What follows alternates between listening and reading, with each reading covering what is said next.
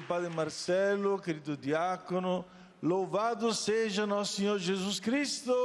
Para sempre seja louvado. Queridos irmãos, queridas irmãs, dando continuidade à leitura do Evangelho de Marcos, estamos no capítulo 6. E neste capítulo, Jesus, depois de ter chamado os seus apóstolos, depois de ter falado para eles, em Marcos está bem claro isso, Jesus os chamou para que ficassem com ele. A primeira coisa que Jesus fez, depois de ter chamado os apóstolos, é o convite que os apóstolos ficassem com ele. Não está neste trecho do Evangelho, está um pouquinho mais adiante, no capítulo 3, mas para dizer que para ser enviados, precisa ficar com Jesus. Isto é, precisa aprender como evangelizar. Precisa aprender como levar o Evangelho aos outros. Por isso, é importante ficar com Jesus. Quantos exemplos teria aqui na minha frente para fazer? Porque, como você sabe muito bem, eu sou missionário. Eu me preparei ao longo de todo o meu seminário para ser alguém como os apóstolos, como os discípulos, levar Jesus, levar o Evangelho até os extremos confins da terra. E é importante, porque enquanto alguém pensa que os missionários só trabalham, só vivem trabalhando, construindo colégios, como aconteceu aqui no Brasil, quantos dos nossos missionários construíram colégios, construíram igrejas, construíram postos de saúde, sobretudo nos primeiros anos do século passado, quando ainda não tinha nada. Então os missionários tinham que construir. Esta é a fama que levaram os missionários que trabalharam no mundo inteiro. De fato, os missionários fizeram muitas obras, mas sem esquecer aquilo que Jesus diz no Evangelho, Marcos capítulo 3. Jesus chamou-os para que ficassem com ele. Isto é, antes de trabalhar, tem que rezar. Antes de evangelizar, tem que parar. Desculpe, padre, falar isso, viu? Quantas vezes que eu ligo para o padre Marcelo, ele me diz, estou na capela. O fruto da nossa evangelização não é o trabalho, é a contemplação. Se a gente não entende que antes tem que ficar com Jesus, aí sim, acabamos levando aquilo que o Evangelho disse hoje. Não levem para vocês dinheiro, não levem para vocês 2 túnicas, não levem para vocês cajado e assim por diante. Se a gente não está com Jesus, a gente acaba levando o mundo para as pessoas e não Jesus. Então a primeira coisa que Jesus recomenda àqueles que ele chama é de ficar com ele. Se eu não levar Jesus aos outros, acabo levando a mim mesmo. O protagonista da missão, quem é? É Jesus ou sou eu? Não escutei que vocês estão tão calados hoje. Quem é? Eu também preciso estourar meu ouvido agora, aqui na frente gritando tudo. É Jesus. Por isso que o missionário deve estar despojado de tudo. Mas padre, como é que eles conseguiram construir os colégios? Como é que construíram os hospitais se não tinha dinheiro? Se, conforme Jesus falou no Evangelho, eles iam sem dinheiro. Não é isso que Jesus entendia. Jesus, no Evangelho de hoje, entendeu que tem que levar o dinheiro, mas as obras não são nossas. As obras são do povo. O dinheiro não é nosso.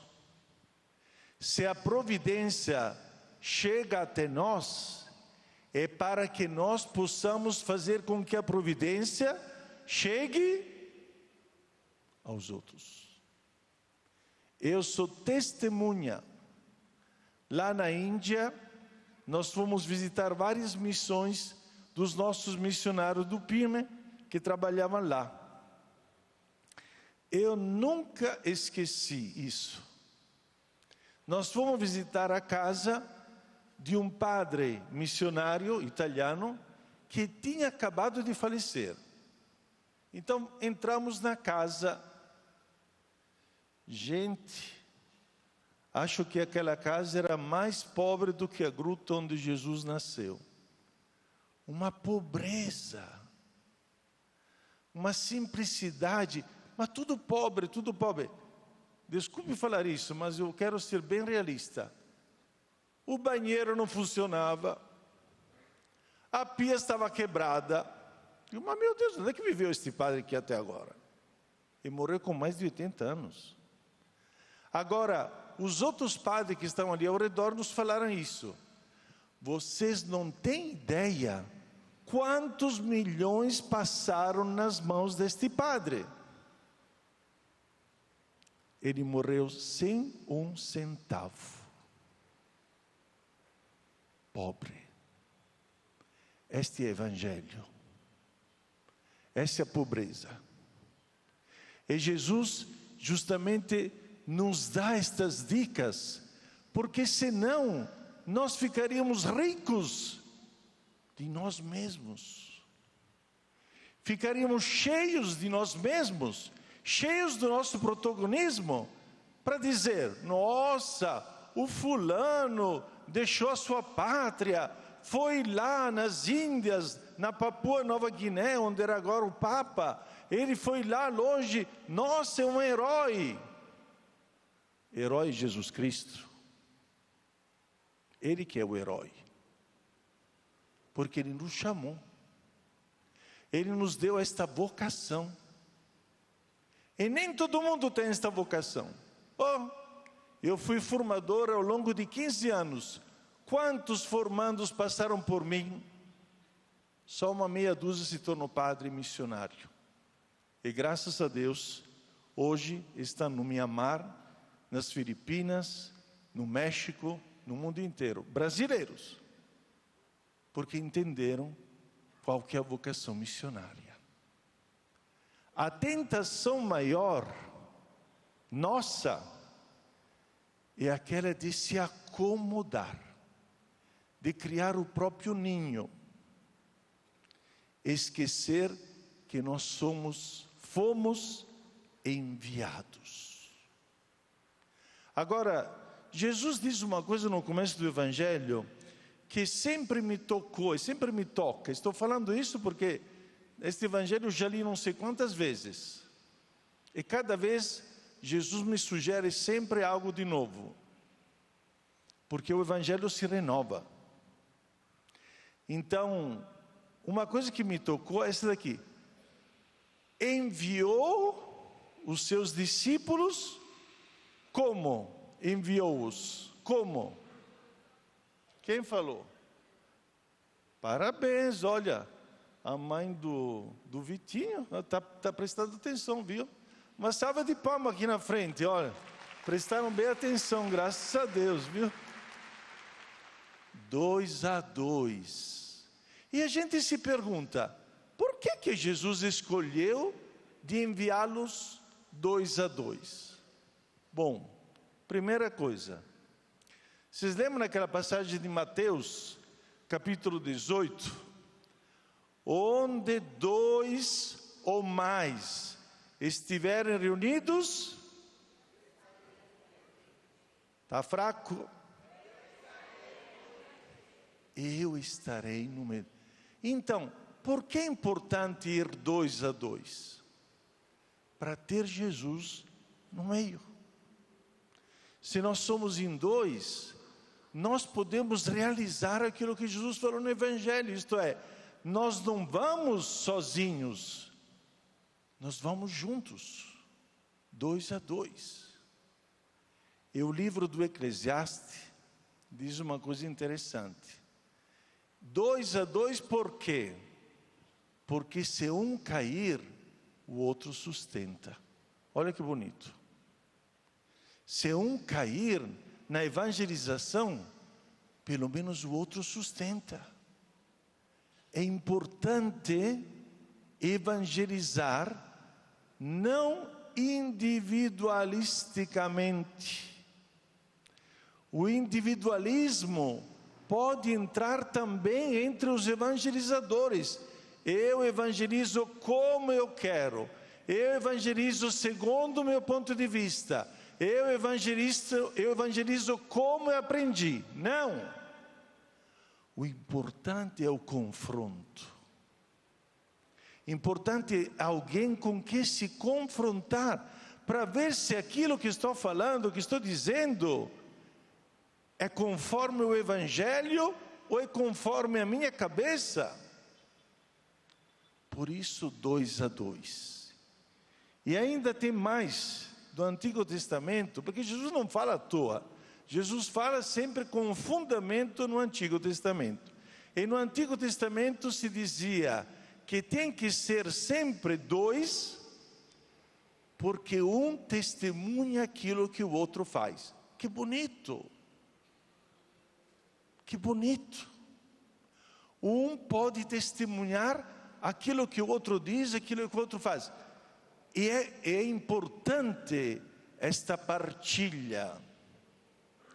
O Papa insiste muito, sobretudo depois do sínodo, com esta sinodalidade. O que é esta sinodalidade? O Papa fala em todos os momentos, antes do sínodo, depois do sínodo, porque é importante a escuta para caminhar juntos. É importante que eu escute o outro, senão acabo de novo fazendo algo que é meu, não do Evangelho. Falando alguma coisa que vem só de mim, mas não é o resultado de uma partilha, o resultado de uma comunhão. Por isso, 2 a 2. É muito importante isso. Uma evangelização que nasce de uma comunhão, que nasce de uma unidade, Olha, nós da nossa diocese temos vários momentos em que nos encontramos, o clero junto, depois por setores, por foranias, a gente se encontra, e lá vai, e conversamos, e dialogamos, e nos confrontamos. Por quê? Porque a igreja é comunhão. A igreja não é individualismo, a igreja é unidade, a igreja é comunhão. E quando levo para a missão algo que é fruto de uma comunhão, os frutos aparecem, as conversões aparecem. Quanta gente volta para a igreja porque levada pela comunhão. Mas também, quando tem alguém dentro do coro que está desafinado, ou que canta uma música diferente, estraga toda a obra. E a desunião, e a desunidade. Quando nós somos divididos entre nós, a orquestra não toca mais músicas bonitas, mas músicas que atrapalham o nosso ouvido. Eu gostaria de trazer um testemunho. Esta semana eu fui chamado para encontrar um grupo de jovens, pensem bem, 130 jovens que vieram da Espanha. Pediram de vir aqui na nossa diocese, na nossa periferia. De fato, eles estão em Parelheiros, coitados, estão morrendo de frio agora lá em Parelheiros, né? Vieram 130 jovens espanhóis para fazer o quê? Você pergunta, né? O que estão vindo a fazer o quê? 130 jovens aqui na nossa diocese. Olha, eu escutei o relato. Cada um pagou a sua passagem para vir aqui no Brasil. A maioria deles são todos universitários. Estudam todos em universidade. Nas nossas universidades eles perdem a fé. Em outras universidades, acho que estão crescendo na fé. 130 universitários. Eles fazem o quê? Alguns deles me contaram, né? Alguns deles, durante o ano, estudam e trabalham como garçons nas lanchonetes, nos restaurantes, porque a Espanha, o turismo é contínuo. Então, estudam durante o ano, trabalham na noite nas lanchonetes para ganhar um dinheirinho, pagar as suas férias. E em que consistem as suas férias? Ir no mundo inteiro. Aqui este ano calhou bem de vir aqui no Brasil para evangelizar. Saíram lá na nossa periferia 2 a 2, juntamente com as paróquias que nós temos lá, Nossa Senhora da Boa Viagem e também Nossa Senhora Aparecida, Santo Expedito, saíram junto 2 a 2 para evangelizar. E um testemunho deste aqui foi muito bonito. Esse jovem estava dizendo: olha, padre, nunca me aconteceu isso. É a primeira vez que estou fazendo isso, levado por esse movimento, se chama Acuna, lá da Espanha. E a primeira casa onde entrei, era uma família que há 14 anos não botava o pé na igreja. 14 anos. Depois que nós entramos, depois que rezamos com eles, depois que falamos da palavra de Deus, a família toda se convenceu que estava longe de Deus. E daquele momento se comprometeram para participar novamente da igreja. Este é um exemplo bonito, é ou não é? Quem fala mal dos jovens deveria apanhar, como mínimo. Porque estes são 130 jovens que estão fazendo isso. Quanta coisa bonita que tem nos nossos jovens. Amém!